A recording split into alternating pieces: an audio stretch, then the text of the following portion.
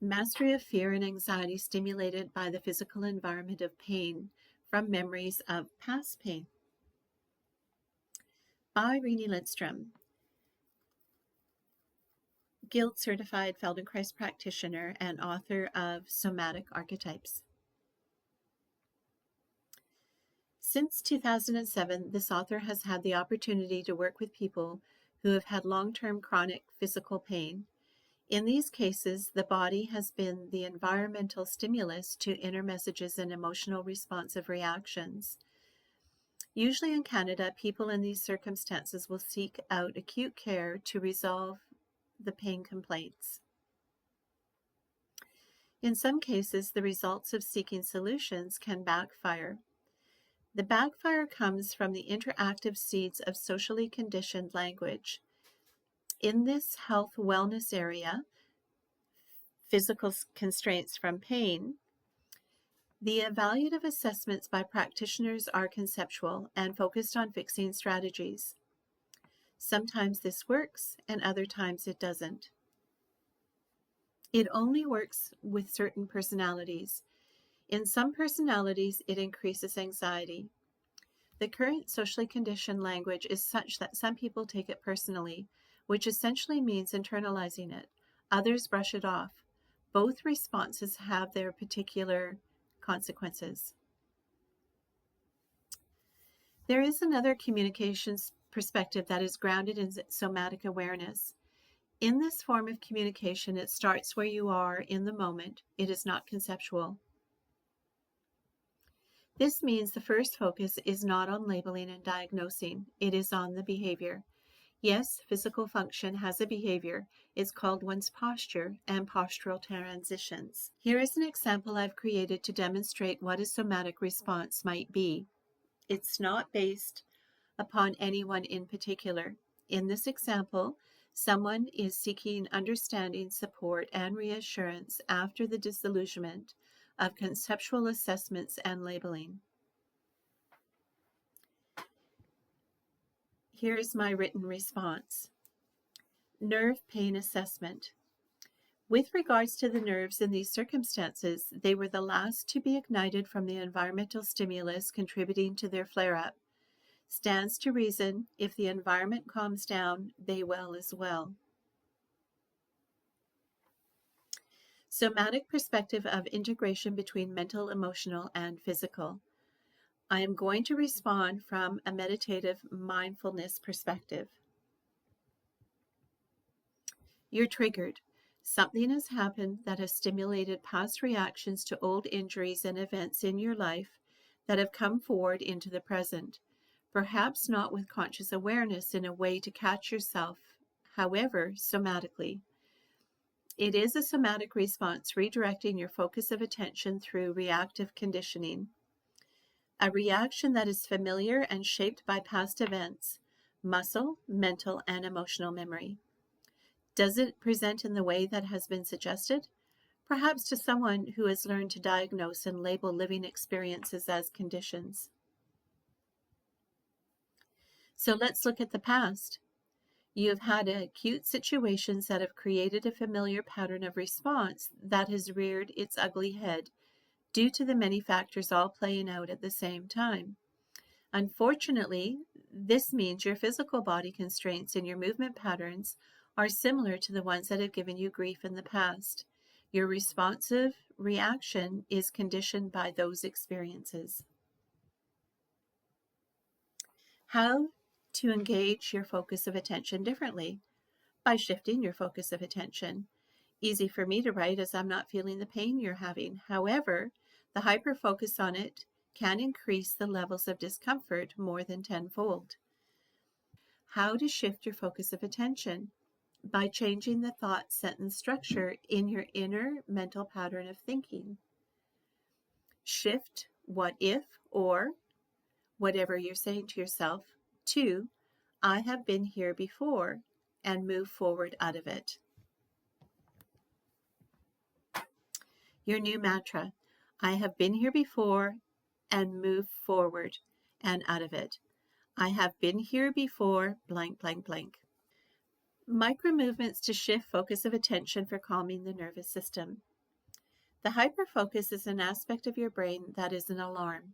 It is a warning system of the brain, and right now yours is in a glitch as all sorts of events have hit all at once. In meditation, we would focus on our breath. This is the absolute hardest when experiencing this glitch. 2. So move your body in the breathing patterns I've shown you. This is where the body's micro-movement abilities can come in differently and play a big part in calming the glitch down. Right now, the glitch is telling you an elusive story that your body is letting you down, and it's not your safe haven in the moment. So let's change it. The body can be fluid or it can be rigid through the constraints conditioning it. Your body has gone into constraint due to the circumstances. That's all. What do we know from past interactions? The physical function is not isolated from the emotional reactions and thought stories in our mental process. It is all one process, all stimulated together and interplaying off one another. Your glitch is your emotions reacting to the stories you are telling yourself. What you're telling yourself is stimulated by the real felt patterns you are somatically aware of. The mantra above is what you tell yourself immediately upon catching yourself having these thought patterns that are not based upon the felt senses in the moment. Why? You can take care of yourself. You've done it before and have a historical pattern of it. You're identifying the past and what didn't work. Now identify what did. Balance it out. See number 3. Number 3. In meditation, we learn to create gaps between our thoughts to calm our thoughts that run together and create havoc in our emotional responses. We learn that thoughts in our mind run through patterns that are not logical. So we focus our breath in sitting and watch these damn thoughts while attempting to become present in the moment. Soon we notice that the thoughts slow down. I mean, they slow down to the point of having significant spaces between them. That's when the magic happens. That's when somatically the connection to what's really happening can be experienced. This is when you learn the thoughts are an illusion. They have you spinning in circles trying to catch your tail. In these gaps, you see, hear, touch, smell, and taste better. All of a sudden, you can begin observing and taking in so much more information that is restricted by the thinking patterns you have learned. That is all thinking is. Learn patterns of thought. They are not real. They are your perspective based on old information and learning. Let's look at what's real. Your skeleton is real. It's the strongest part in your body and lasts centuries after everything else is gone. Begin to adjust through the skeleton. However, if the pain and fear are too great, begin by focusing on your out-breath. As you breathe out, count, starting at 1. Each exhale will be different. Redirect your mental function by giving it this job. Count your breath. Get a straw and exhale through the straw. Get your mental function to set a time for 1 minute and count the number of breaths in that 1 minute. After the minute is over, continue to exhale through the straw without counting for another 2 minutes. Come back and exhale while counting again and notice if the number has changed from the first time. Notice if the breath out is slower, longer, and if there are any spaces in between. Come back to it many, many times to train your brain with this pattern. Integrate it. Do it in times of non-fear to have it as a tool in your kit for when you are in fear. When you are in fear, focus on the exhalation, not the in-breath. Recap. We have a mantra, a perspective, and a pattern of breathing. This will calm your nervous system and the glitch to create a new starting point. In this new starting point, your constraints, physically, mentally, and emotionally, can begin to limber up, increasing your window of tolerance. We have been through these cycles together before. You have this somatic experience. Yet, right now, you're in a moment of old thinking that there is an acute care that will resolve this outside of you. It is an old pattern seeking relief and reassurance. That's just one focus of attention that is decreasing the window of tolerance. Start by building the window of tolerance from inside. You've got this. I've witnessed it.